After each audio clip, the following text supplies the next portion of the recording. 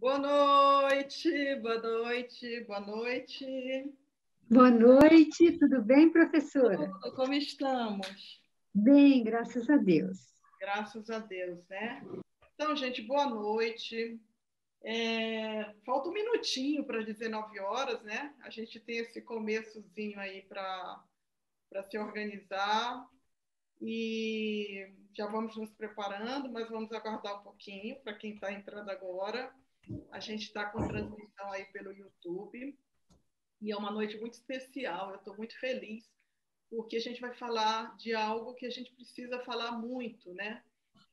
Que é esse acesso ao TST pela via do recurso de revista e com essa grande novidade desse PL 689/21. E eu já vejo aqui que, pelo menos aqui na sala do Zoom, há colegas muito preparados e essa conversa vai ser muito importante, muito produtiva, né?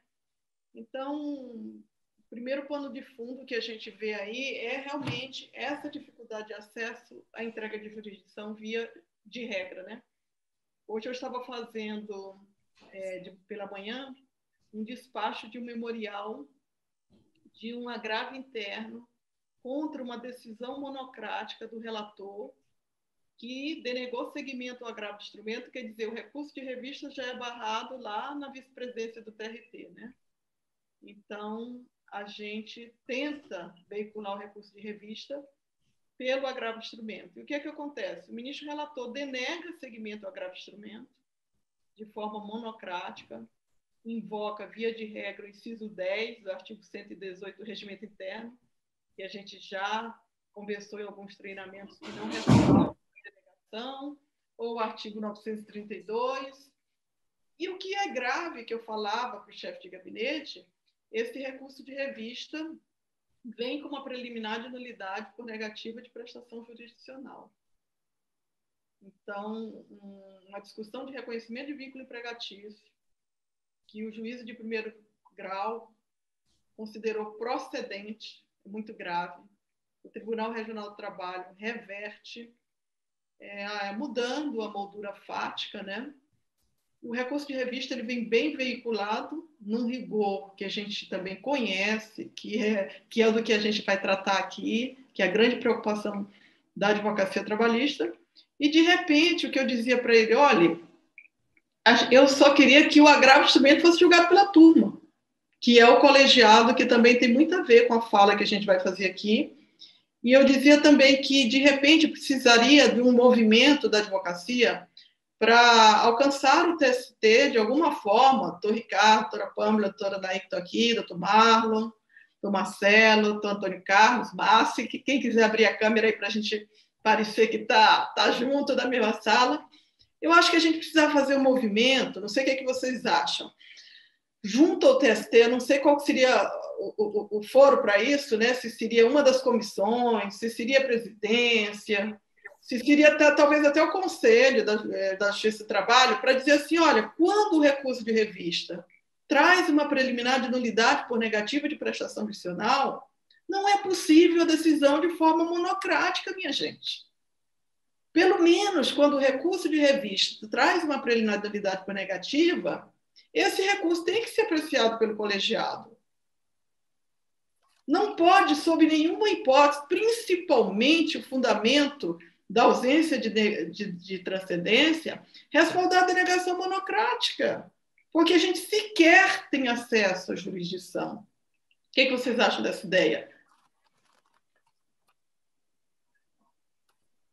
Acho excelente, acho excelente. É interessante que, como a gente comentou no treinamento, né, há essa confusão entre esse juízo de mérito e o juízo de admissibilidade. Isso ocorre com muita frequência, tanto na admissibilidade pelos regionais como no TST, e aí termina um ministro monocraticamente fazendo um juízo de mérito, que seria competência da turma, e é bem complicado isso, né? Não, isso daí já é uma coisa gravíssima, né? E a lembrança do Ricardo, ela é muito oportuna. A gente vai tentar falar aqui também. Nós vamos ver como é que a gente administra aqui esse momento, né? E ele coloca muito bem, porque para nós, advogadas e advogados, é muito importante que a gente tenha essa compreensão, como ele traz, da diferenciação do que é juízo de admissibilidade e do que é juízo de mérito do recurso. Mas o julgador, ele tem que se atentar a isso. Eu tenho um caso, sustentei ontem no Tribunal Regional do Trabalho da 2ª Região, a propósito dessa conversa. É um caso que eu tenho trazido muito para as minhas turmas dos meus treinamentos, em que a gente poderia até fazer uma live só sobre isso, mas eu vou direto assim para o assunto. Eu interpus um recurso extraordinário de uma decisão proferida no bojo de um agravo de instrumento no TRT, que denegou seguimento ao recurso ordinário. E a discussão, acho que vocês já tiveram algum caso desse, a discussão era a justiça gratuita.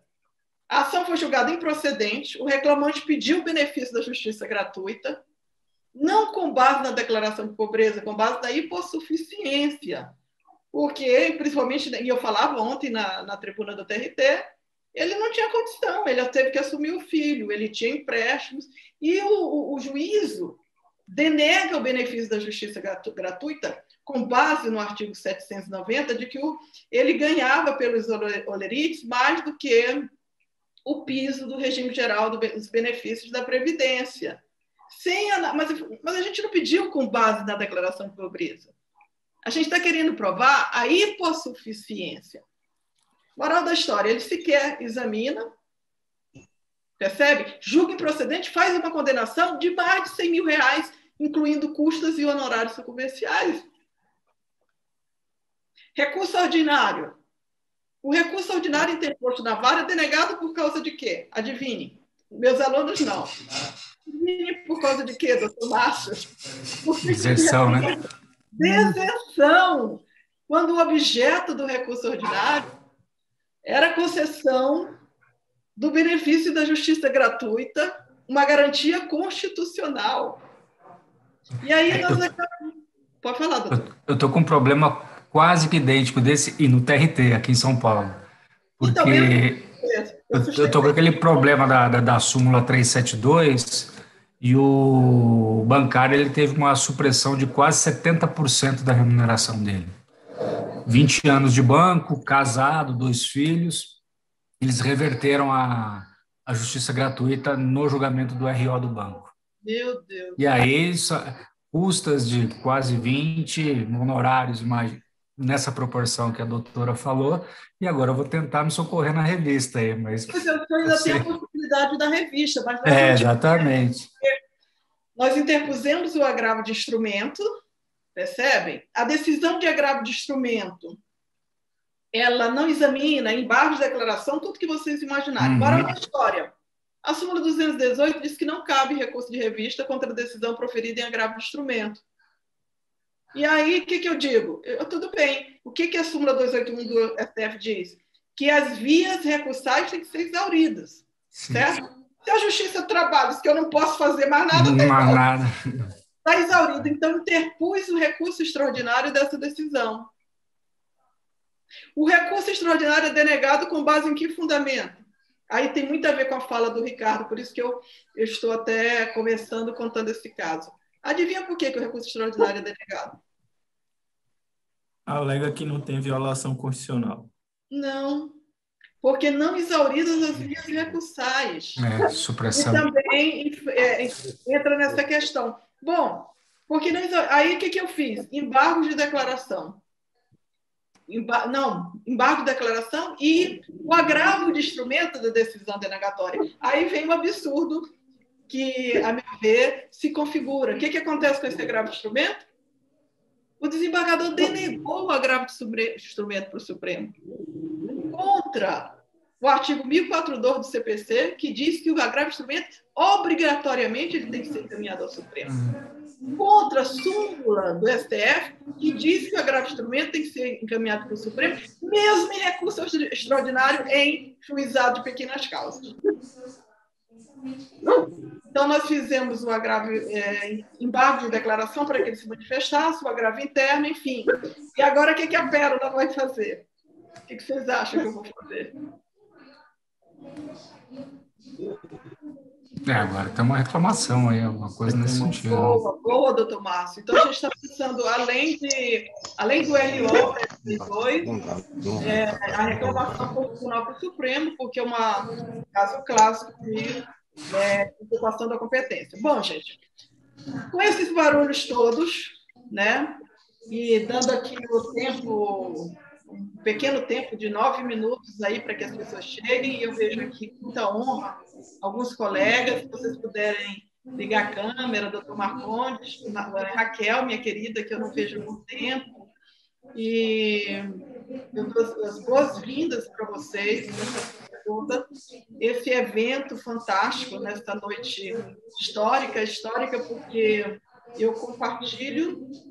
Eu acho que a gente vai ter que desligar, e eu não sei se a Pamela que está vendo no YouTube, talvez o som, Pamela, porque ele está interferindo aqui. Não sei, tem um sonzinho aí entrando.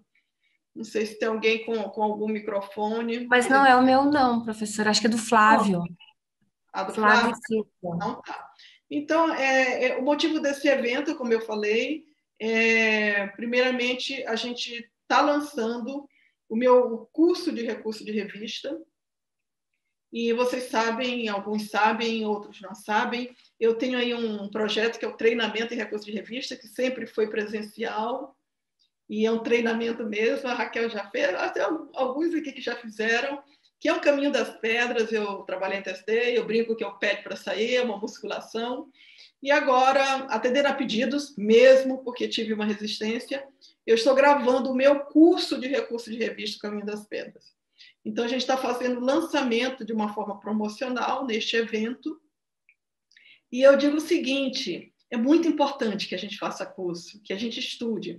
Aí eu digo que é o seguinte, o curso, quando você quer ficar bem, você precisa fazer dieta e musculação, né? E nesses momentos, terapia. Então, eu costumo dizer que o curso é a terapia, é a dieta, corrigindo, é a dieta, né, que a gente precisa fazer. O treinamento, ele é a musculação. E ele inclui também, de graça, para quem participou, a terapia que a gente precisa nesse momento. Então, assim, para começar, Eduardo, você está postos aí, eu vou passar o compartilhamento de tela para o Eduardo, porque ele preparou um material para a gente iniciar, e a ideia é que a gente inicie com esse material, é o nosso roteirinho, e depois ele volta para mim, e aí a gente começa falando do PL. Eu quero começar do PL e depois do recurso de revista, e eu estou sugerindo o seguinte, um grande debate no final. Eu vou fazer uma provocação para vocês, a partir de 3 questionamentos com relação ao PL 68921. Quem me mandar a melhor resposta para o e-mail do Instituto, eu vou conceder uma bolsa integral para o meu treinamento em embargos SDI1.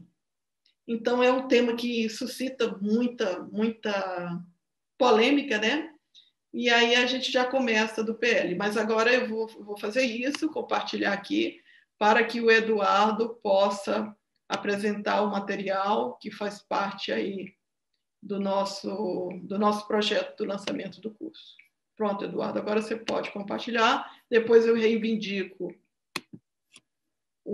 a condição de anfitriã, e aí a gente continua. Novamente agradecendo a Adriana, que está entrando agora, Ive, Antônio Carlos, Marcondes, Sérgio, Cristiano, esperando que vocês nos deem a honra aí da presença visual. Eduardo, está contigo. Vamos lá. Então, gente, aqui me apresentando, eu sou professora, sou advogada, sou especializada em tribunais superiores, fui assessora e chefe de gabinete por 30 anos no TST, trabalhei com o ministro Levin-Hagen, criei esse treinamento com o objetivo de manejar recursos, muito particularmente o principal recurso do TST, que é o recurso de revista. Podemos passar. Esse projeto, Caminho das Pedras para o TST, que agora ele acontece, ele tem um treinamento presencial e ele tem agora um curso, né? Que é o que a gente está falando. A gente vai também ofertar para vocês um curso gravado. Podemos avançar? Instituto Pérola, que é o curso de recurso de revista, que tem nos dado aí, eu posso falar que depois que eu fiz o curso, eu só tinha feito a primeiro e segundo módulo. Agora que eu estou fazendo pela primeira vez o terceiro e quarto, e posso falar que já com o primeiro e o segundo, já mudou muito o nível da advocacia, o número de recursos que passaram, que foram admitidos no TST, e agora a expectativa é que aumente muito mais, porque é um curso que ele te garante um resultado. Então, super recomendo. Bom, tô vindo aqui rapidinho só para compartilhar uma excelente notícia que eu tive ontem. Recebi uma publicação de um RR que eu fiz em abril do ano passado, num processo de execução. O tema era único e exclusivamente correção monetária. Não existia ainda essa decisão do STF e o meu RR foi admitido por violação ao 5º2 e ao 5º54 da Constituição Federal. E aí eu fiquei bastante feliz com essa decisão, porque eu me recordo que um dos treinamentos que eu fiz, nós comparecemos ao gabinete da desembargadora Silene, que à época estava convocada como ministra no TST, e ela deixou muito claro pra gente que ela não admitia recurso de revista, seja em fase de conhecimento ou em fase de execução, com apontamento de violação ao 5º2. Então, assim, eu tô vindo aqui para te agradecer, porque o treinamento, de fato, me fez superar essa pedra no caminho. Eu fiz o curso da professora Pérola em Brasília, porque na época não tinha a oportunidade de fazer no meu estado, eu fui atrás dela. E depois eu fiz de novo quando ela foi ao Espírito Santo, em Vitória. E eu indico de olhos fechados. É realmente um treinamento diferenciado. Foi o meu primeiro curso onde eu me apaixonei pelo recurso de revista e hoje a minha atuação é especializada e focada no TST. E eu só tenho a agradecer à professora Pérola por isso e indico. E eu não deixaria de fazer se fosse vocês. Olá, eu sou Paula Fracinetti, advogada aqui em Belém do Pará. Eu, há alguns anos atrás, conheci a Silvia Pérola, fazendo o treinamento O Caminho das Pedras. E nada mais concreto do que o nome do curso. Isso foi um divisor de águas dentro do nosso escritório de advocacia no que diz respeito ao manejo dos recursos de revista e toda aquela quantidade de recursos perante o Tribunal Superior do Trabalho. E realmente de uma seriedade, de uma capacidade, de uma competência imperdível. Eu fiz o 1, o 2, o 3, e fico o 4, e fico esperando o 5 e o 6. Pessoal de Aracaju, vale a pena. Bom, gente, aí aqui, como que eu comecei na advocacia? Como eu falei para vocês, eu me aposentei em 2012, depois de 30 anos de advocacia. Tive um convite de César Brito, a quem rendo sempre a minha homenagem por ter apostado, e fui para lá, sem saber advogar, com cabeça de ministro, que foi o que eu fiz a vida inteira, aprendendo aí com o Diego, com a Camila, né? E só assim, essa pessoa aí com essa angústia, né? E com esse grande desejo de acessar a jurisdição, pelo amor de Deus, ministros, a gente só quer um pouquinho de jurisdição ou do tamanho que a gente precisa, né? Que os nossos recursos sejam apreciados pelo TST, essa é a nossa grande angústia, e é o que a gente vai falar aqui. Então, aqui a motivação, né, da dificuldade que o que me motivou a criar esse projeto foi exatamente essa quase impossibilidade da gente acessar essa entrega de jurisdição, as denegações de forma monocrática, né? E a gente sabe, gente, deixa eu contar um segredo para vocês. Não é possível a denegação monocrática de agravo de instrumento com base no artigo 932. Isso aí a gente vai trabalhar no treinamento em agravo de instrumento. Podemos avançar, Eduardo? Então, esse é o caminho das pedras, né? Que tem na forma do treinamento e agora de curso. Avançamos. E a ideia é dividir com vocês essa metodologia. É uma metodologia diferenciada. Podemos avançar. E aqui, por que é necessária uma nova metodologia? Porque a gente tem decisões teratológicas, o doutor Márcio estava falando do caso dele, e hoje eu falava com o doutor Ricardo Quintana, não basta, gente, a gente saber a legislação, não basta a gente ter conhecimento do CPC, da CLT, a gente tem que se reinventar para atacar determinadas decisões, situações para as quais a gente não foi preparado. Podemos avançar? Então, por que esse caminho é eficaz? Eu já falei um pouquinho, porque eu criei um quadro de teses, que é uma simulação de julgamento, onde a gente se coloca no lugar do ministro. Podemos avançar? Então, gente, novamente, para quem está entrando agora, boa noite. E agora eu vou compartilhar uma outra tela para a gente começar a falar dessa questão do PL. Eu queria saber o seguinte, eu peguei como base a questão do PL e eu queria saber o que vocês têm aí em mente, o que vocês trazem já de compreensão, alguém já está sabendo de alguma coisa, como é que vocês chegam com relação ao PL 689/21? Tipo assim, não estou sabendo de nada, o que eu ouvi falar, pelo menos uns 2 para a gente começar aí a nossa conversa. Porque o PL 689/21, ele altera, gente, radicalmente o manejo do recurso de revista. É muito impactante, né? Então, como não há nada tão ruim que não possa ser piorado, aí vamos sugerir uma alteração com relação à linha A, né? Então, alguém pode assim, já ajudar, dizendo o que já está vendo do PL? Eu verifiquei, professora, o PL, ele se trata de restrição ainda mais do recurso de revista. E ele quer limitar o recurso de revista, restringir a possibilidade de interposição do RR somente quando houver interpretação diversa daquela que foi proferida pela seção de dissídios individuais do TST ou de súmula de uniformização do TST. Somente nessas hipóteses seria cabível o recurso de revista segundo essa proposta. Mas na verdade, é somente com relação à súmula do TST e com relação à aresto da SDI1. Então, a gente vai avançar aqui um pouquinho e vamos começar, colegas, falando do PL. O PL 689/2001, a apresentação desse PL foi em 3 de março de 2021, quer dizer, recente. O autor é Carlos Bezerra, do MDB.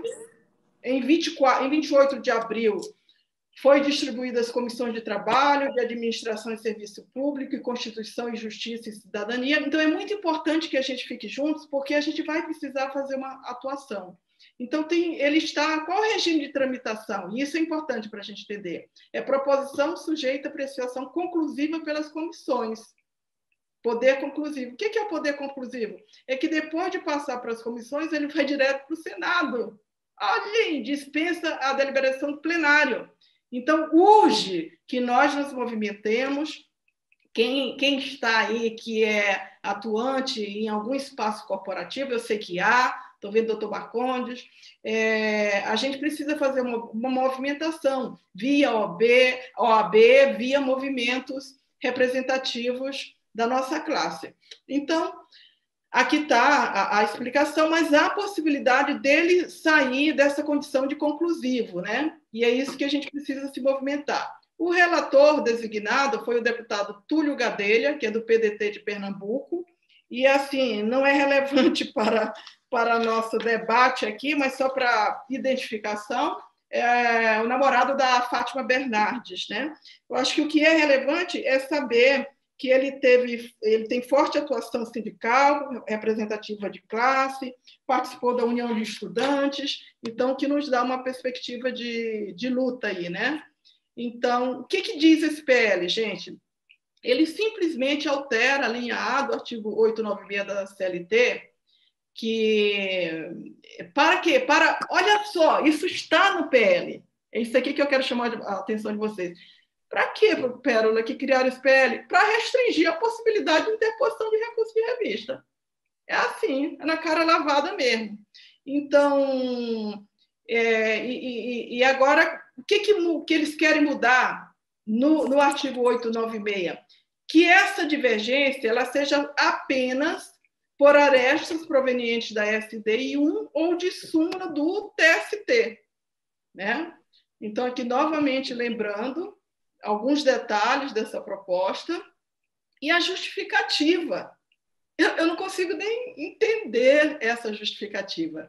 Aí eu vou pedir para a Pâmela ler para mim essa justificativa pela ótica do propositor, né? E nós aqui, juristas, nos abismamos. Pode ler, Pâmela, por favor? A proposta em tramitação na Câmara dos Deputados altera a Consolidação das Leis do Trabalho, CLT. Atualmente, essa norma permite o recurso de revista também quando, em dissídios individuais, há divergência entre tribunais regionais ou em relação à súmula do Supremo Tribunal Federal.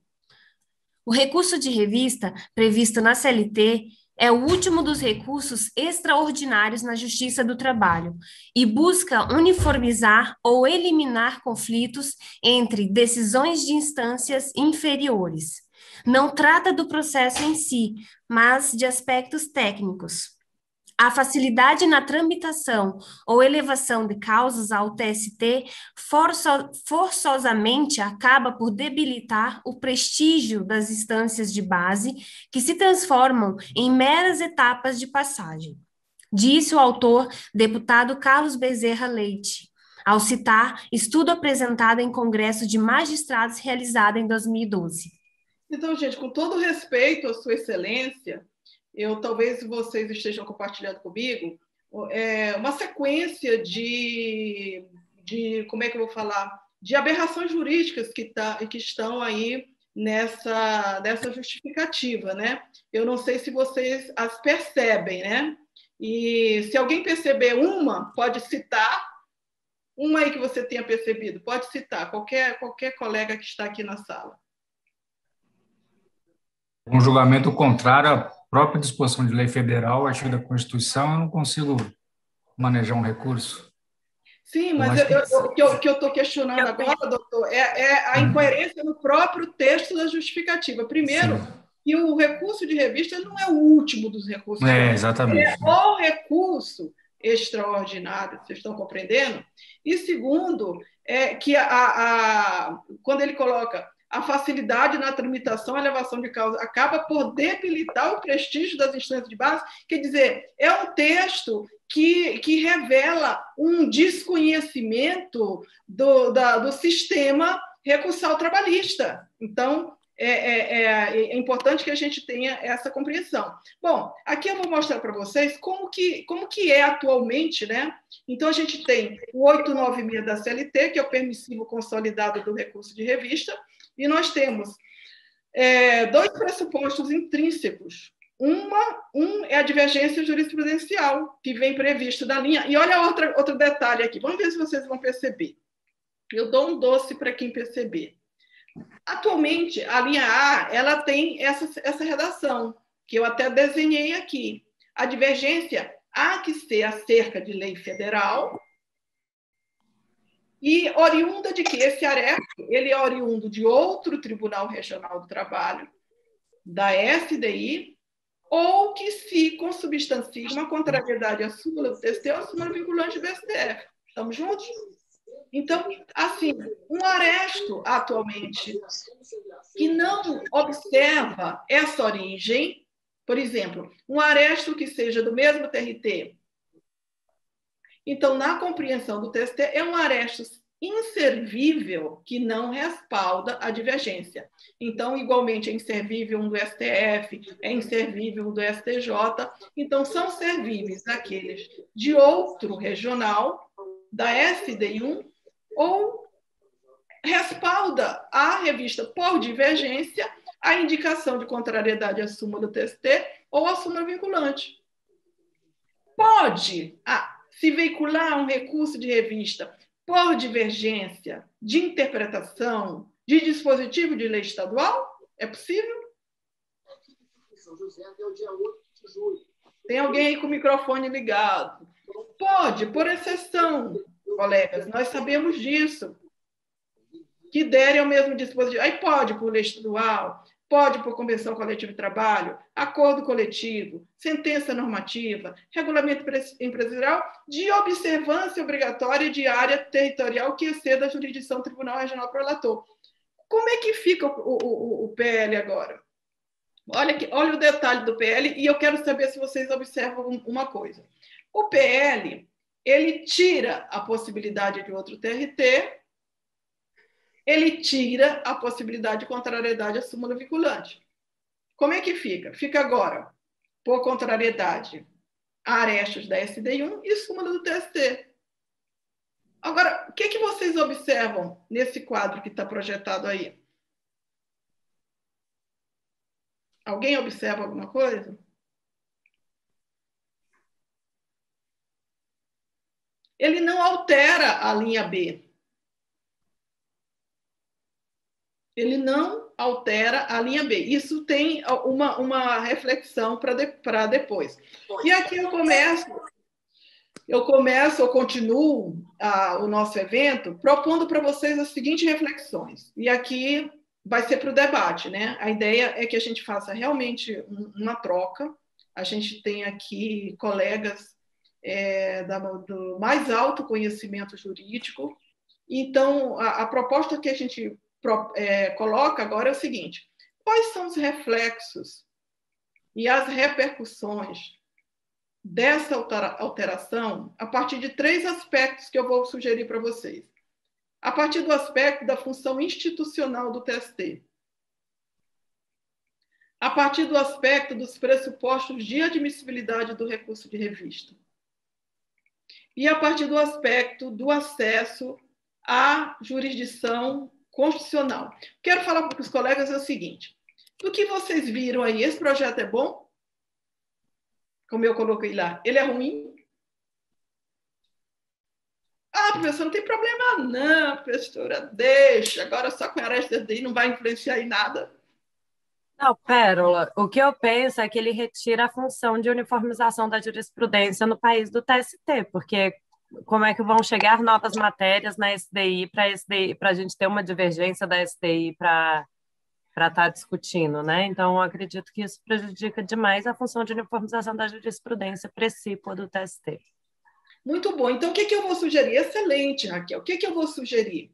Que a partir de agora a gente vai caminhar, porque a proposta foi da gente falar do recurso de revista, né? Da Pérola passar umas dicas aí do recurso de revista. Eu vou sugerir que a partir de agora, vendo esse caminho que a gente vai fazer junto agora, de alguns passos que eu vou sugerir, que a gente coloque essa reflexão que a Raquel já adianta muito bem como pano de fundo. Qual que é a repercussão da alteração da linha A, da forma como exposta? Primeiramente, com relação à função institucional do TST que ela traz aqui. E, em segundo lugar, com relação aos pressupostos de admissibilidade, mas é uma coisa extremamente importante, que é o acesso à entrega de jurisdição. Eu acabei de dar um caso para vocês que eu não tive jurisdição constitucional. Porque eu não pude chegar ao TST. E não podendo chegar ao TST, eu não posso chegar ao Supremo. É muito grave isso. Então, a minha tese de doutoramento é o seguinte: acesso à justiça não significa acesso à entrega de jurisdição constitucional. Porque eu entrei na justiça, mas eu não tenho a entrega da jurisdição constitucional via o quê? Inúmeros obstáculos legislativos, que a gente vai falar um pouco, e via o quê? Jurisprudência defensiva. Então, é com esse pano de fundo que a gente prossegue e, no final, a gente vai fazer esse debate, agregando aí todas as reflexões que vocês estão vendo, tá? Entrou uma tela aqui. Vocês estão vendo uma outra tela ou sou só eu? Pronto, consegui. Pronto, estão vendo aí o primeiro passo? Tá compartilhando, Pamela? Sim, professora. Sim. Então, o primeiro passo do caminho das pedras aí para o TST é onde eu estou pisando. É muito importante que nós, como juristas de uma justiça social, sejamos advogados, magistrados, membros do Ministério Público, assessores, consultores, que a gente entenda onde que a gente está pisando. Então, eu tenho uma grande indagação. A gente está muito cansado, não é verdade? A gente está exausto. Pelo menos esse formato do virtual, o que eu tenho ouvido e por experiência própria, é extremamente exaustivo. Eu tenho uma impressão que há uma denegação de entrega de jurisdição ainda maior. Então, a gente vai aqui, eu vou pular alguns quadros, né? E a gente vai aqui falar um pouco dessa jurisprudência defensiva no Tribunal Superior do Trabalho, com denegações monocráticas, com decisões teratológicas, Então, a que eu me refiro? Pera, você se refere aqui.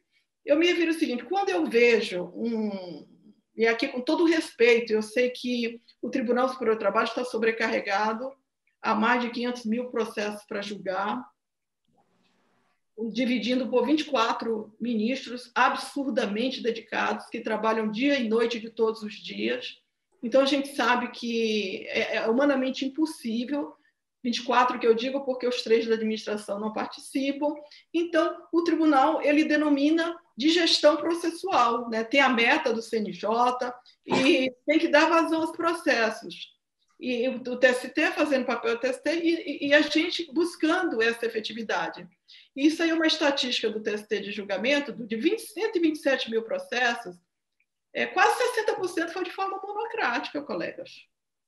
Então, eu tenho uma grande reflexão de um tribunal colegiado que anuncia um recorde de julgamento a partir de decisões monocráticas.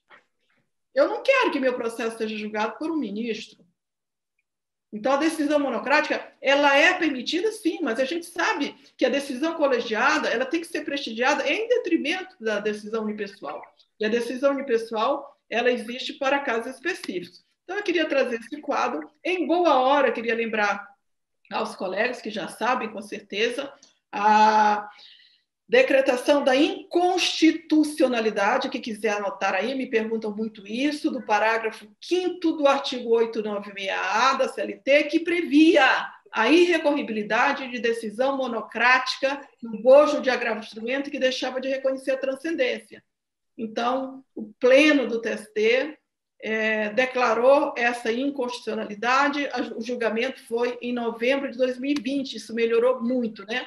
Mas eu sempre, nas minhas falas, eu trago assim, a realidade que a gente precisa ter consciência dos direitos sociais, né? E dos valores supremos da nossa democracia. Então, aqui eu vou passar um pouquinho, mas a gente não pode olvidar os princípios fundamentais da nossa Constituição, como a dignidade da pessoa humana, os valores sociais do trabalho, da livre iniciativa. Então, eu vou passar só para que a gente tenha essa memória, a prevalência dos direitos humanos. Nós, advogadas e advogados, a gente não pode se regozijar de nenhuma forma com a morte, com a exclusão de minorias, enfim, porque a gente tem um compromisso com a Constituição. A natureza extraordinária do recurso de revista, é bom que a gente tenha em mente, isso aqui é muito importante, e eu chamava a atenção do equívoco ali no texto do projeto. É um recurso que ele vai realmente uniformizar a jurisprudência, mas sob a perspectiva da fixação de matéria de direito, nesse sentido, não há exame de prova. Aqui o doutor Ricardo lembrou muito bem o juízo de admissibilidade do recurso de revista, e eu gostei muito dessa fala, eu vou até aqui fazer essa troca. Outra coisa que eu queria insistir é o juízo de admissibilidade do recurso de revista, o primeiro juízo que é feito na vice-presidência, é juízo de admissibilidade de pressupostos extrínsecos e intrínsecos.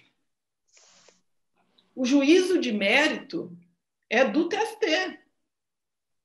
Por isso eu afirmo que um recurso de revista não pode ser denegado por não violação de lei, porque isso é enfrentamento de mérito. Quando eu digo que não está violado, eu já entrei no mérito. Da mesma forma, o segundo juízo de admissibilidade do recurso de revista, que é o relator designado, ele pode, Pérola, denegar monocraticamente? Pode. Em que hipótese? Artigo 932 do CPC, a hipótese A. Parágrafo 14º do 896, por exemplo, nas hipóteses legais que estão previstas. Mas ele não pode denegar seguimento a um recurso de revista sob o fundamento, às vezes equivocado, vocês sabem disso, de ter que transcrever o inteiro teor do acordo regional no trecho do pré-questionamento e diz que não há transcendência. Qual é o problema disso? Quando ele denega monocraticamente por ausência de transcendência, o que me resta?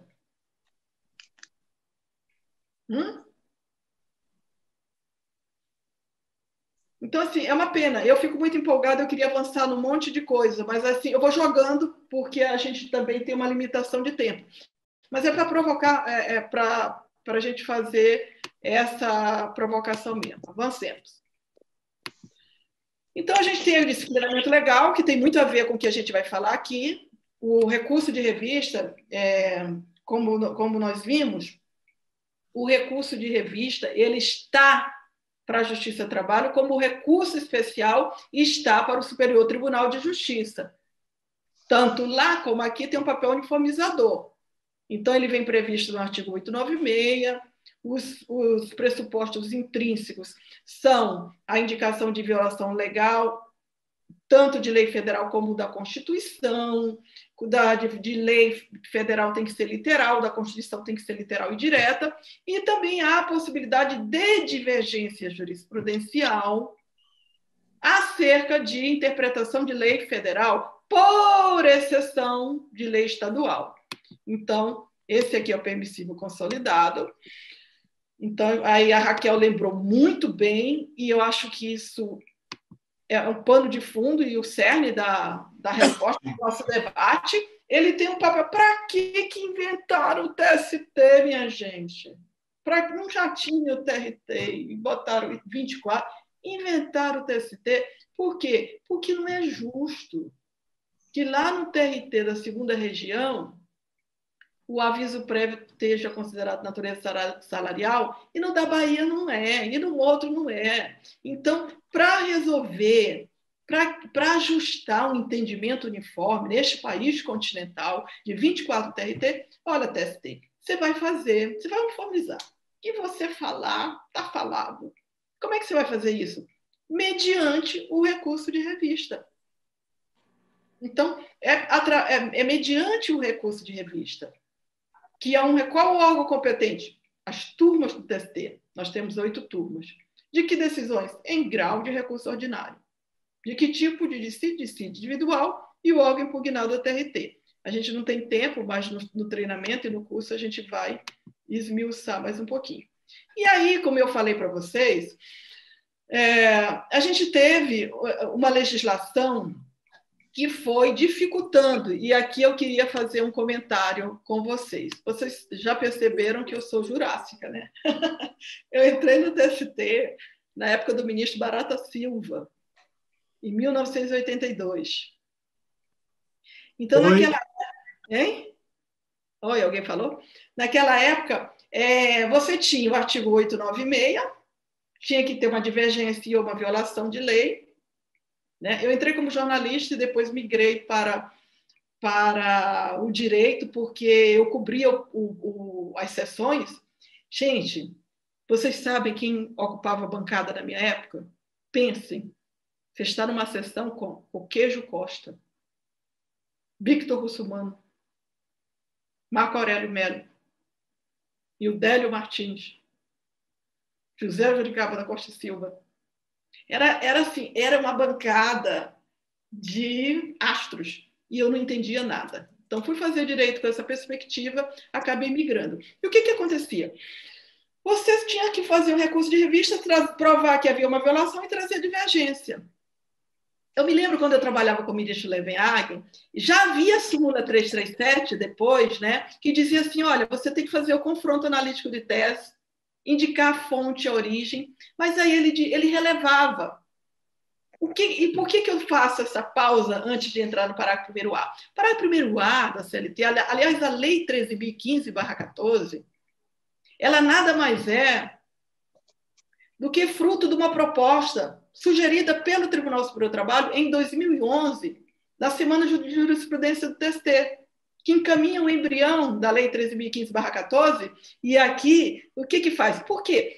Porque os recursos eram muito mal manejados, e para racionalizar, que é o que está no texto, olha, vamos restringir. Está errado isso. Vamos entregar a jurisdição. Vamos entregar a jurisdição. Então, a Lei 13.015, se vocês forem perceber, ela é fruto até... Ela tem muito a ver com uma instrução normativa que havia no TST. Então, ela traz o parágrafo 1º A e dificulta. Indique o trecho que está o pré-questionamento. O que é isso? Isso aí faz conexão com a súmula 297 do TST, pré-questionamento. Indicar de forma explícita e fundamentada a violação. A súmula 221.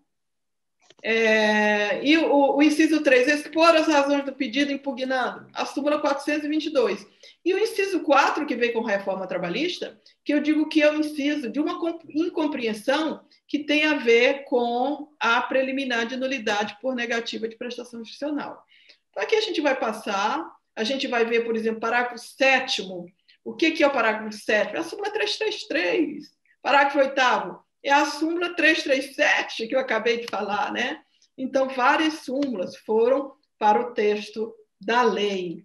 Aí, o 5º passo, os pressupostos extrínsecos, que eu não vou falar agora. Os pressupostos intrínsecos do recurso de revista, a gente já falou da violação. Os 3 pilares do recurso de revista também, eu estou passando aqui a fundamentação, que é muito importante, que o recurso ele venha fundamentado ao inciso 3, exigindo essa fundamentação, e a súmula 422, ou seja, é de uma forma dialética. Muitos recursos esbarram aí, por denegação ou por não conhecimento. Por quê? Porque o rigor da súmula 422 do inciso 3, ele tem a ver com a dialeticidade. Então, é eu dialogar com o acordo regional. Não basta eu falar assim, o TRT decidiu, transcrevo. Eu embarguei a declaração, transcrevo. Agora eu quero isso. E, às vezes, até copio as razões do recurso regional. Não é isso. Eu tenho que identificar a tese do acordo regional, trazer para o meu rascunho do recurso de revista e talvez trazer as razões do meu recurso ordinário e tricotar, conversar, como eu estou fazendo com vocês agora. Como eu acabei de conversar. Este é o rigor da dialeticidade, né? Então, temos aqui o outro pressuposto, a matéria fática, que eu falei, que tem a ver com a extraordinariedade do Tribunal Superior do Trabalho. O TST não aprecia a matéria fática, então, nesse sentido, eu tenho que trazer para os autos toda a revelação de fatos. Eu sei que muitos aqui sabem muito bem, esse é um grande desafio. Então, eu tenho que olhar para o acordo regional e dizer assim, se eu fosse o ministro do TST, se eu olhasse essa questão aqui, eu teria condição de julgar esse recurso de revista? Porque o que o TST faz? Ele pega o acordo regional, ele crê no acordo regional. Eu tenho um caso, todos os casos que eu estou falando, eu trabalhei. Um caso em que a empregada ela foi dispensada por justa causa grávida. Por quê? Porque ela faltou ao serviço alegando que havia greve. E o que o Tribunal Regional do Trabalho diz assim? Olha, ela faltou ao serviço, ela estava grávida, havia greve, mas a empresa fornecia condução para os empregados. E qual era a situação fática que embarguei em declaração? Olha, fornecia condução, só que ela estava com gravidez de risco e a distância da casa dela para o ponto onde o ônibus da empresa passava era de 1 quilômetro. Aqui. Era de 1 quilômetro. Então, se esse aspecto, será? Estava assistindo a live da... A Aurane que está aqui. Se o ministro no TST, se ele pega esse acordo regional, prestem bem atenção, ele pega esse acordo regional, ela estava grávida, mas, poxa, ela faltou serviço. Tinha greve, mas tinha um ônibus. O que ele vai pensar? Ele está sendo sugerido a manter a justa causa. Mas será, colegas, se ele considerar, se ele tiver esse argumento de que ela estava em gravidez de risco e que havia 1 quilômetro, será que ele mudaria de ideia? Então, se no acordo regional vem desta forma e o meu recurso de revista não traz esse... Pelo contrário, se o meu recurso de revista traz esse aspecto, olha, era longe e tal, e o acordo regional não fala, a ausência de pré-questionamento. É a súmula 297, que é um dos pilares do recurso de revista, é a alma de todo o recurso de natureza extraordinária. O TST ele vai confrontar, cara crachá. Eu creio aqui. Aí ele vai falar, isso aqui não está aqui. Quando ele diz isso aqui não está aqui, é ausência de pré-questionamento, súmula 297. Mas se eu digo assim, olha, ela andava 1 quilômetro e ela tinha gravidez de risco, e ele fala assim, olha, a distância era de apenas 200 metros. Deixa eu desligar aqui. A distância era de apenas 200 metros. E ela não apresentou comprovação, atestado médico provando a sua gravidez de risco. Alguém está mentindo. Isso aqui é matéria fática. Então, veja bem, na matéria fática, há fatos que se chocam, alguém está mentindo. E o TST acredita no acordo regional. O que eu faço, Pérola? Embargo de declaração. E diga, ei, regional, diga aí daquele relatório do trânsito, da distância, diga aí do depoimento. Ah, Pérola não vai dizer nada, vai me mudar. Recurso de revista com preliminar de nulidade por negativa de prestação jurisdicional. Então, se eu não entendo o que é o pré-questionamento da forma que o TST vê, como é que eu vou indicar o trecho que está para questionamento? Então, eu preciso compreender que pré-questionamento é até a minha tese que eu estou defendendo, seja eu empregador, seja eu empregado, ela tem que estar contemplada no acordo regional, inclusive com as nuances fáticas. Porque o TST também não valora a prova. Ele apenas procede ao enquadramento jurídico dos fatos. E eu vou caminhando para a gente partir para o debate. Então, nesse sentido, penso que falei do pré-questionamento também. Aí temos aqui a divergência jurisprudencial, que nos interessa muito. Novamente, para lembrar, a divergência jurisprudencial, que é o ponto aqui do nosso debate, ela na situação que a gente tem, e aí daqui a pouco a gente vai trazer o debate do PL, ela é acerca de divergência com outros TRTs da SDI, pela lógica, né, que da uniformização. Sabemos que ela tem que observar a súmula 337, no sentido da autenticidade, a 296 tem que ser específico, a 23 não pode ser genérico. Temos aqui o juízo de mérito, que é o objeto do que eu quero ganhar. O juízo de valor também eu vou falar no final, tá? Me cobrem. Pérola, você não falou do juízo de valor. Há muitas pedras aí no nosso caminho. E agora eu vou avançar para a gente passar para o nosso debate. Eu vou dar uma corridinha aqui, porque eu quero colocar logo a tela do debate. Está deliciosa essa aula aqui. Tem muita coisa bacana, mas eu vou direto lá. Aqui as decisões monocráticas que eu poderia falar, mas eu vou avançar para que a gente possa falar aí da nossa... Aqui é como o advogado fica, né? Como é que está aí pendurado nas pedras. Mas eu vou pedir só para Pâmela ler essa frase do ministro Augusto César.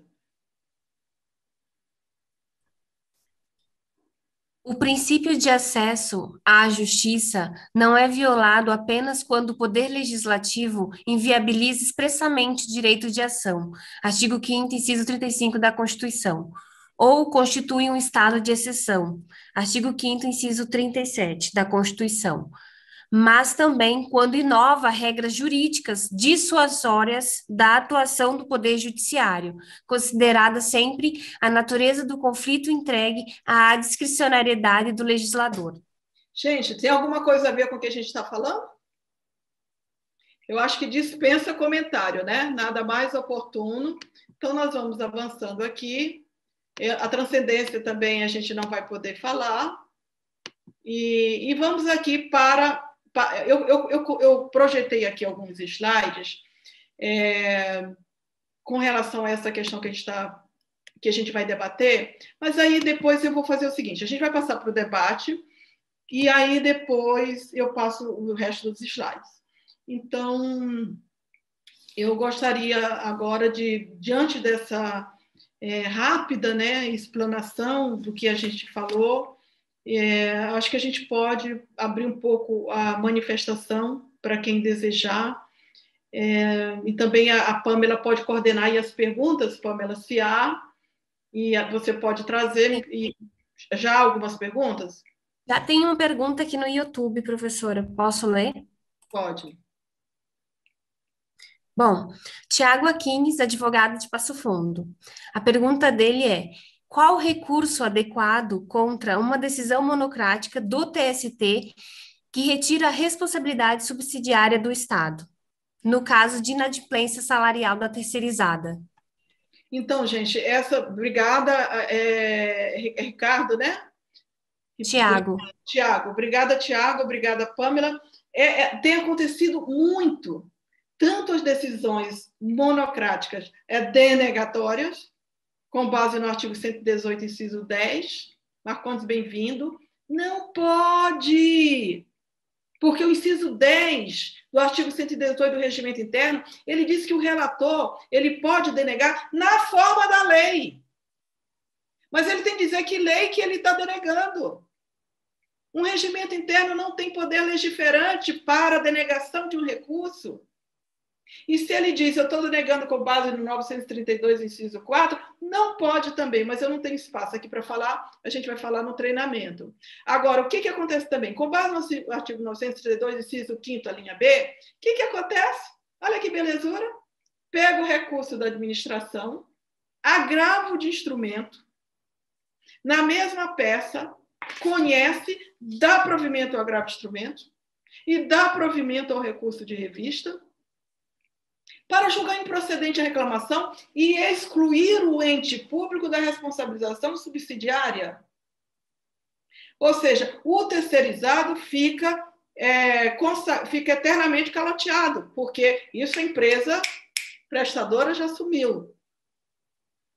E a tomadora, que é o ente público, ela se beneficia desse tipo de decisão. E, pasmem, a despeito das decisões da FDI1, que já reconheceu por mais de uma vez que a responsabilidade é sim da administração pública e que o ônus da prova é do reclamante. Eu sustentei o leading case na FDI1. Contudo, ainda há turmas e ainda há decisões monocráticas, e tem muito a ver com o que a gente vai falar, que estão dando provimento para excluir a responsabilidade subsidiária. Eu fiz uma sustentação na quarta turma, a quarta turma é uma turma do TST que tem feito isso, tem muito a ver com o que a gente vai falar. Com a inobservância de precedente jurisprudencial, artigos 927 e 928 do CPC. Tudo que a gente vai falar aqui disso, da nossa resposta, tem a ver com o sistema de precedente. O artigo 927, ele obriga o julgador a obedecer à decisão hierárquica. Aí, o que eu faço? Se houver uma possibilidade de embargo de declaração, sob que intuito, Pérola? De despachar com o relator. A depender da decisão, eu oporia os embargos de declaração e iria despachar com o relator. Normalmente, quando a gente pede efeito modificativo, há uma súmula do TST que impõe ao relator que transforme em agravo interno. Ou então, o recurso seria o agravo interno, com vários fundamentos que eu não consigo colocar aqui. E a gente trabalhou muito no último treinamento, eu acho que eu me alongaria, né? Tiago, acho que você estava no treinamento de agravo de instrumento para dizer que esse fundamento do inciso do 932, inciso 5º da linha B, ele não cabe para o agravo de instrumento. Ele não cola com o provimento em agravo de instrumento. E aí seria o agravo interno, com todos os argumentos que você precisa ver no treinamento. Bom, e a gente pode intercalar agora, a Raquel saiu, com a questão do PL, sobre os aspectos que eu provoquei, os aspectos dos pressupostos de admissibilidade, do acesso à justiça, né, da uniformização. O que vocês teriam a agregar depois do que a gente falou?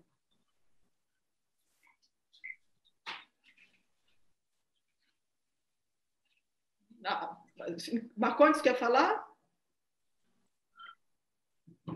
Minha amiga, boa noite. Eu estou com um problema de conexão. Eu te ouço, estou aqui e não tô conseguindo acompanhar tudo, por isso que não vou conseguir interagir.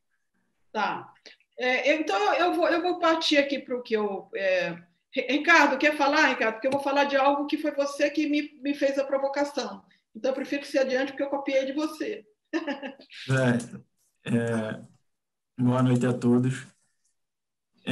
Em relação ao PL, é uma discussão interessante, inclusive aqui em Pernambuco estamos travando na OAB, na Comissão de Direito do Trabalho, que faço parte, e tratando dessa função uniformizadora do TST, a gente conversou um pouco disso no treinamento.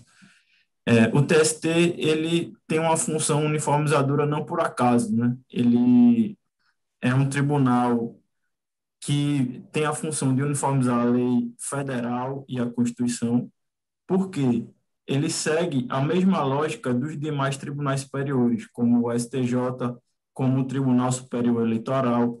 Por quê? Porque ele dá a última palavra em relação à interpretação da lei federal. Uma coisa muito problemática que o relator do projeto traz é a discussão entre apenas possibilitar o recurso de revista sobre a violação legal ou a violação constitucional. Só que a violação legal e constitucional pela qual cabe o recurso de revista é a violação literal.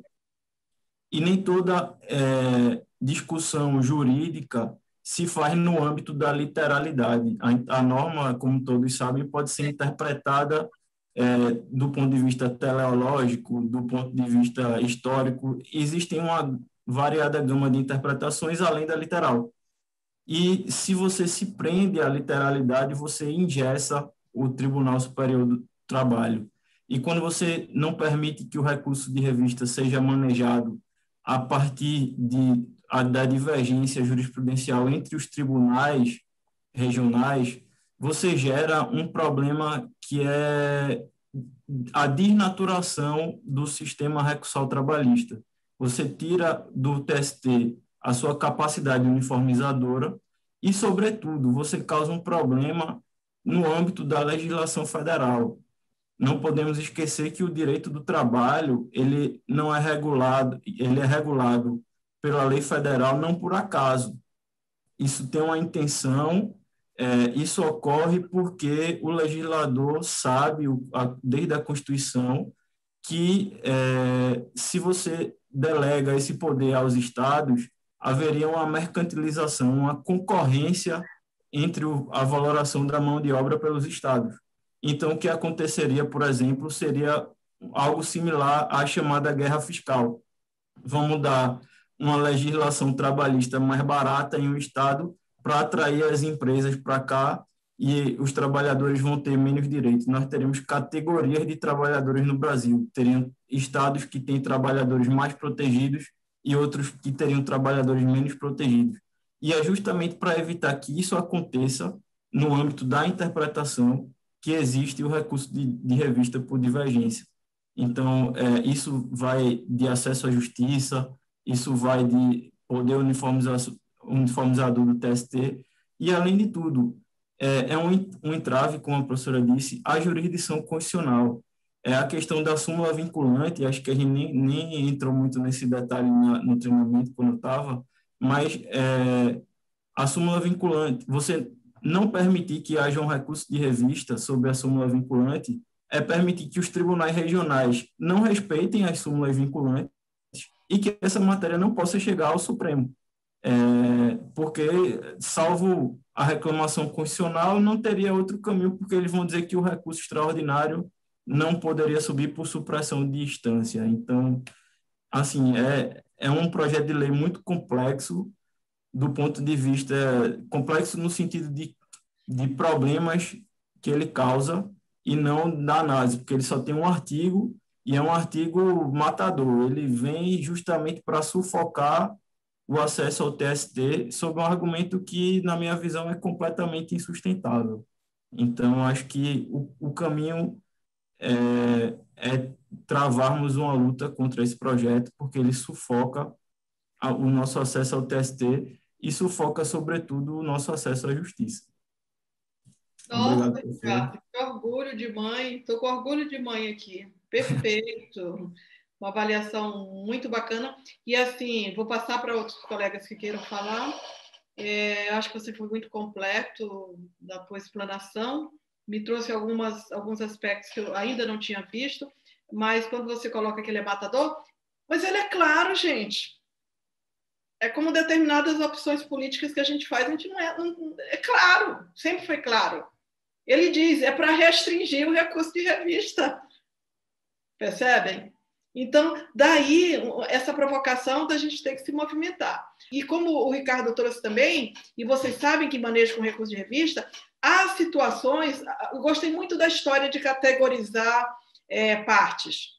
Aqui no meu estado, o TRT considera aviso prévio de natureza salarial. Lá no meu TRT não considera. Então, vai haver categoria. Eu gostei muito dessa história de categoria de trabalhadores, né?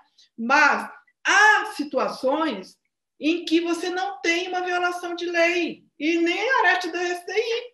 Você só tem a divergência do TRT. Eu sustentei, a gente está avançando aqui na hora, mas eu sustentei um processo que eu estava pelo reclamante recorrido e era o recurso da reclamada.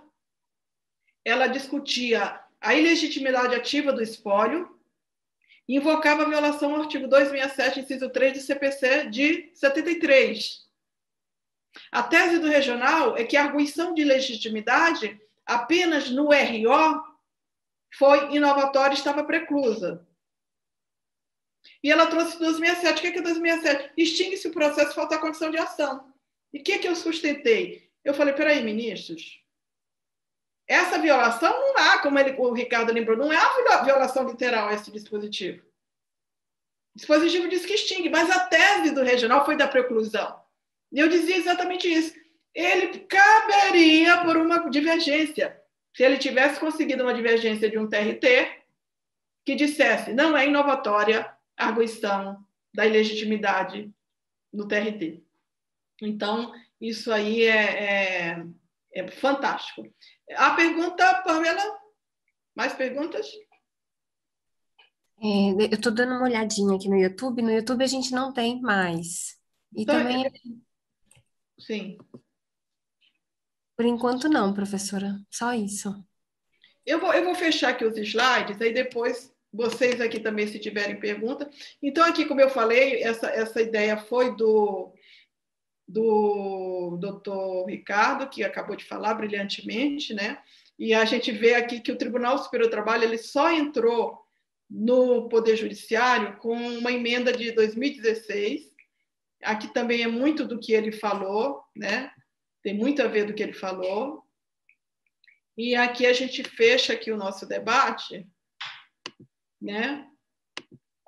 Eu vou parar aqui com algumas perguntas que vocês ainda tenham. Muito bom, gostei muito. Se alguém tem mais alguma pergunta para a gente O caminhar. Marcondes tem uma observação, professora, a fazer. Pois não. Se ele quiser abrir o áudio e Quer falar. falar, Marcondes? Eu acho que ele está com um problema técnico. Ele Pamela, tinha falado. você quer falar alguma coisa? Então, eu vou fazer a leitura do que ele postou aqui, então. Professora, temos um outro problema sério acontecendo. Aliás, já implantado sistema processual. Pode falar, Marcondes. Está sem som. Liga o som. Continue, Pamela, que sua voz é linda. Você dá para interpretar bem. Tá bom. Professora, temos um outro problema sério acontecendo. Aliás, já implantado o sistema processual, uma grande chaga que a advocacia está recebendo a fórceps e deixa passar sem perceber as consequências daninhas aos jurisdicionados. É a tal meta do CNJ. Os processos são tocados simplesmente como números, as pessoas deixam de existir como fator de importância. Com isso, os julgamentos são realizados a toque de caixa. É preciso que haja uma discussão nacional a esse respeito. Excelente, excelente Eu até mencionei um passando aqui no início, Marcondes. Gabriel, dá uma olhadinha aí para mim. Eu mencionei aqui de início essa questão do CNJ. Você quer acrescentar mais alguma coisa? Professora, gente, mais uma vez, boa noite. Realmente eu estou com conexão difícil, tanto no computador como no celular. Mas a senhora falou, deu para ouvir. E naquele momento eu gostaria de ter falado, porque tem uma coisa que tem me preocupado bastante. Porque eu noto isso como causa e não como efeito. Quando vai resvalar no recurso de revista, eu já vejo problemas aqui nas sentenças que já começam a trazer efeitos daninhos. Porque os juízes com medo de metas, tem juízes adoecendo, tem juízes que trabalham 24 horas por dia praticamente sem parar, porque aí entrega, muitas vezes, sentenças a assessores, decisões a assessores. Não tem tempo por qualquer motivo, uns têm, uns veem com cuidado, mas outros não. E aí você tem um direito perdido já de uma sentença, que passa para o Tribunal Regional. Se o advogado não está bem alertado, não embarga já embaixo, já começa o problema nascendo aí. E quando chega no Tribunal Regional, se a meta está apertando também, que está sendo cobrado, isso aí vira um rolo compressor, quando saem os julgamentos, já saem atropelados. Eu já vi aqui coisas absurdas acontecerem e, às vezes, julgamentos cujo mérito não tem nada a ver com a discussão que está sendo no recurso. Os advogados, às vezes, até embargam, mas os embargos, muitas vezes, vistos por assessores, que tem a tal da sugestão de voto, que passa a míngua de qualquer situação. Quando se vai entrar na previsão do 297, já se vem atropelado uma questão, já desde o início, que parte para o recurso de revista. O juiz da admissibilidade, graças a Deus eu fiz, por exemplo, o curso de pérola, o treinamento de pérola, e eu digo aqui, digo em qualquer lugar, que aprendi o que é resolução 39, lá atrás, eu aprendi o que é resolução 40, que vai, desculpe o termo, se eu me abestalhar com o juiz de admissibilidade, evidentemente vai precluir a matéria. No meu agravo de instrumento eu não discuti, muitos colegas às vezes nem se ligam nisso. Mas o que eu quero dizer com isso é que essa questão da meta, veja que paradoxo. O Poder Judiciário, no caso trabalhista aqui que a gente está tratando, ele julga questões que envolvem metas, por exemplo, setor bancário, bancos que metas inatingíveis, quando um funcionário alcança uma meta e já tem outra superior. Vamos refletir qual é a moral que moral tem um tribunal para julgar uma meta, um problema de adoecimento, um problema mental, adoecimento mental, se ele próprio cobra dos seus servidores e seus magistrados metas sob pena de PAD. Infelizmente, desde que um certo ministro passou a ser presidente do TST, que eu lembro que foram 50, se atrasasse 50 sentenças, por exemplo, já ia para o PAD, os magistrados, muitos entraram. Então, nosso querido Ives Gandra, né? Eu lembro bem porque eu estava em diretoria de ATP e eu sei o que foi a dificuldade de lutar contra isso aí em Brasília. Então, eu tenho me preocupado com isso, vou tentar levar essa discussão a nível nacional para que a gente alerte essa história que precisa ser freada. Porque, muitas vezes, os jurisdicionados ficam para trás. As metas impõem também agora números. Se uma vara só julga 1.500, só tem 1.200 processos aqui no interior, não importa quem são as pessoas que precisam dessa vara, mas ela já não vale mais a pena permanecer. Ela vai tirar. Então, tudo isso estou contextualizando os problemas. Muito importante que você está trazendo, muito importante. Isso é uma coisa que a gente tem que refletir sobre isso, porque resvala no recurso de revista. Já é uma coisa que é muito difícil. Eu já estou tomando champanhe e vinho se passa uma revista agora. E graças à Pérola, porque antes não tinha nem... Era sonho. Né? Então, posso dizer isso tranquilamente, porque sei o que representou esse treinamento para a minha advocacia e para o escritório que levei para aí fazer todo o treinamento com muito prazer e orgulho. mas a dificuldade é tremenda. E com essa notícia do PL que você traz, só nos preocupa, porque daqui a pouco, para que advogar? O que vai fazer? Se a gente já não tem mais, tem um paredão que já não era quase transponível, agora ficou impossível. Então, só era essa discussão que eu queria trazer como causa, como uma das causas dos problemas, e a advocacia tem que estar bem perto disso, porque já parte da sentença, já vem lá de trás o problema, e vai resvalar na revista se o tribunal passa de olho fechado, e às vezes passa mesmo. Agradeço essa oportunidade, antes que caia a conexão. Excelente. Agora eu vou pedir eu vou encerrar, vou caminhar para encerrar. Eu tenho um presente para vocês. Para todos que estão aqui na sala do Zoom, eu vou dar um presente. Mas no final eu vou falar qual é o presente. Eu vou dar esse presente.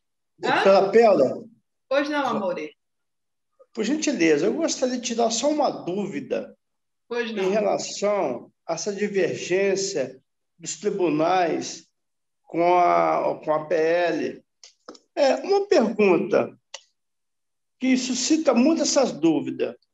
Eu tenho um pedido, uma condenação, tenho um pedido de horas extras, estabilidade e dano moral, essa horas extras pelo artigo 62. Aí eu tenho um tribunal de São Paulo que diz o seguinte, olha, realmente aqui, essa horas extras aqui está divergindo as horas extras do Tribunal do Rio de Janeiro. No entanto, num demais matéria, dano moral e insalubridade, aquele tribunal não apreciou aquela matéria. Nesse caso, eu não posso usar como paradigma. Nós não estaríamos também numa situação complexa aí nessa situação? Totalmente, porque aí, veja bem, tu não vais ter um arresto da SDI que traga essa temática. Começa daí. Dificilmente, como o doutor Ricardo lembrou, você vai conseguir veicular essa revista por violação literal ao artigo 62. Então, essa discussão, muito oportuna a tua pergunta, mas aí eu vou caminhar para encerrar, pedindo para a Pâmela ler o chat, porque eu achei bastante interessante, e aí eu vou caminhar aqui para fazer um fechamento sobre o que o Marcondes falou. O chat do Zoom, isso? Isso. Na verdade, são os comentários da Nair e do Marcondes, e depois do que já foi falado, né? A Nair, na verdade, só cumprimenta o Marcondes pela fala, não tem nada de diferente do que a gente já conversou, professora. Então, gente, doutor Marcondes, muito oportuna a sua fala. Agora, eu queria dizer uma coisinha para vocês. Nós temos que ser sábios, inteligentes, preparados. O artigo 899 da CLT, ele diz, e ele não foi revogado, apesar de ter havido a intenção de se suprimir a palavra simples, que os recursos no processo do trabalho são interpostos por simples petição. Todavia, o processo do trabalho se tornou o processo mais complexo da humanidade. Eu disse para vocês que eu estudo fora, o povo não acredita. Então, de fato, e outra coisa que a gente tem que ser sábios, inteligentes, elegantes e indignados. A nossa indignação, ela é legítima se ela encontrar um lugar de fala apropriado. Então, eu acho assim que a gente tem que partir daqui, a gente tem que se preparar. Agradeço aí o reconhecimento desse projeto, que é realmente um projeto diferenciado para treinar ninjas, e a gente tem que fazer a nossa atuação agora. A gente viu, doutor Antônio, não deixar passar. Está aqui o Túlio Gadelha, que eu até citei, né? Quem é, para ficar mais fácil de identificar. Onde vocês virem, no aeroporto, vem cá, sou advogado trabalhista. A gente fazer essa batalha aí através dos movimentos. E aí eu vou dar um presente para vocês, para todos que estão na sala do Zoom, mas antes eu vou pedir ao meu amigo e que me auxilia no marketing para ele finalizar a parte dele, tá? Ele vai finalizar, em seguida retorna para mim, para eu conceder um presente para nós que estamos aqui na sala do Zoom. Então, gente, como vocês viram, eu tive que correr aqui, há muita coisa que a gente não pôde enfrentar. Eu gostaria de contemplar o Tiago com os argumentos e fundamentos desse agravo interno, mas assim o tempo é muito curto, né? Não teria como aqui nesse espaço, mas a gente tem tanto o projeto do curso, que vai ser disponibilizado, a gente está lançando o curso, como do treinamento, dos meus treinamentos que já estão disponibilizados. Podemos avançar. Sim, então a gente está lançando aqui como oferta especial, eu acho que vai ser na plataforma Hotmart, né? Então, o objetivo desse evento é disponibilizar, vai ficar disponibilizado aí por um bom tempo. Eu não sei qual é o tempo, é um ano, Eduardo? Sim, professora. Então, por um ano, 365 dias lá, um ano. Gravadas vão ficar disponibilizadas. E a perspectiva do nosso treinamento é da visão do relator, é isso que faz a diferença, e daí a generosidade dos meus alunos em fazer esse reconhecimento. Podemos avançar. Como é que vai funcionar? Pode avançar? Nem eu sei. Então, vocês vão receber um e-mail com acesso aí à plataforma num período de um ano. Acho que eu falei. Para acessar qualquer hora que vocês quiserem, com qualquer plataforma. Isso aí o Eduardo está cuidando dessa parte tecnológica. Podemos avançar. São 10 horas. Isso é só o recurso de revista, o curso, gente, que vai ser dividido em módulos. Eu já estou gravando e eu vou começar a disponibilizar essas aulas, também bem bacanas, viu? Com projeção dos meus quadros. Podemos avançar. Um módulo vai ser disponibilizado, um módulo por semana, a partir do dia 10 de julho. Vocês vão ter todo o suporte, isso aí também acho que eu falei bastante, né, da especialização, do diferencial. Então, vão ter o suporte durante o período do curso. Bom, Pamela, consegue ler para mim? Sim. O que você ganha? Primeiro, aptidão para elaboração de recursos e demais peças relativas à competência de turma do TST. Segundo, conhecimento específico dos recursos trabalhistas com uma visão eminentemente prática, calcada nos permissivos legais que disciplinam os recursos nessa esfera recursal e na ampla abordagem das súmulas, orientações jurisprudenciais, temas não convertidos em OJs, instruções normativas e jurisprudência, na perspectiva de atualização em tempo real. Terceiro ponto, o que você ganha? O conhecimento da jurisprudência do TST com foco nos posicionamentos destacados das seções e subseções especializadas, turmas e órgão especial daquela corte, e nos posicionamentos individualizados dos seus magistrados. Quarto, acesso às informações acerca da tramitação dos processos no TST, da sua composição e funcionamento, da localização e contato dos diversos setores daquela casa. Quinto, orientação acerca de aspectos atitudinais, que incluem princípios e posturas que possibilitarão atuação exitosa no TST, inclusive no despacho de memoriais nos gabinetes. Sim, gente. Aí aqui vai ter alguns bônus para esse curso de recurso de revista. Vocês vão ganhar uma oficina, que é algo extraordinário. O que é a oficina de recurso de revista? Você vai treinar no quadro que eu criei, que é uma simulação de julgamento, né? Então, quem adquirir o curso ganha de graça uma oficina. O que mais? Nossa, está muito bom isso aqui. Até eu vou querer fazer um e-book, que vai chamar Curso de Recurso de Revista, O Caminho das Pedras. O que mais? Acesso ao grupo VIP no Telegram, onde eu vou responder dúvidas. Você pode colocar sua dúvida lá e a gente vai criar um momento e espaço para responder dúvidas. E para os que entrarem hoje, os 5 primeiros, gente, não é muito não. Os 5 primeiros vão ter um espaço de mentoria comigo. Muito bom isso aí. Podemos avançar. Agora quanto custa? Ele vai projetar aí. Vamos ver quanto que ficou essa brincadeira. Pode projetar. Professora, só uma observação aqui, tá? Aqui está 997, mas o lance inicial que a gente vai lançar no mercado é 897, tá ok? Só essa correção aí. Tá, o valor normal.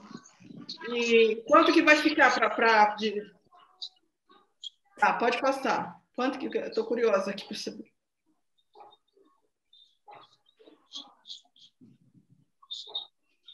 Tá, então ele tá sendo lançado por 597, o seu valor final? Esse é o valor promocional de lançamento. E divide isso? Tá. Aí a pessoa vai ter opções ali. Isso pelo Hotmart divide, o Eduardo, pelo Hotmart divide 12 de 58 a 16, e vocês vão ter tudo isso. Tem um diferencial, gente, desse curso, que é um atendimento personalizado.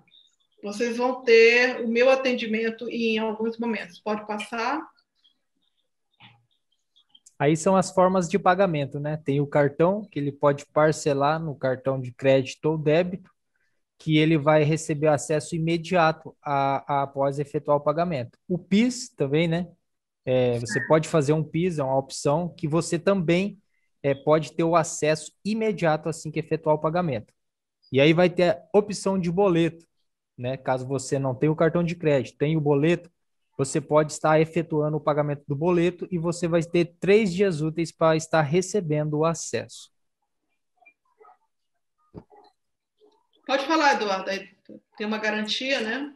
Aí vocês estão cobertos por uma garantia de 30 dias, por qualquer motivo. Talvez você entra, eu não gostei da voz da Pérola, vou sair. Você pode pedir o seu reembolso, tá bom? Só dando um complemento aqui, professora. Desculpa a brincadeira. Mas por qualquer motivo que você não gostar do curso, ver que não é para você, nós vamos devolver 100% do seu dinheiro, tá? Sem letra miúda, sem perguntar nada. Total garantia. Então, você está coberto aí com a satisfação do curso. Nossa, eu tô achando ótimo isso aqui. Acho que até eu quero. Pronto? Joia! Então, agora vamos aqui finalizar.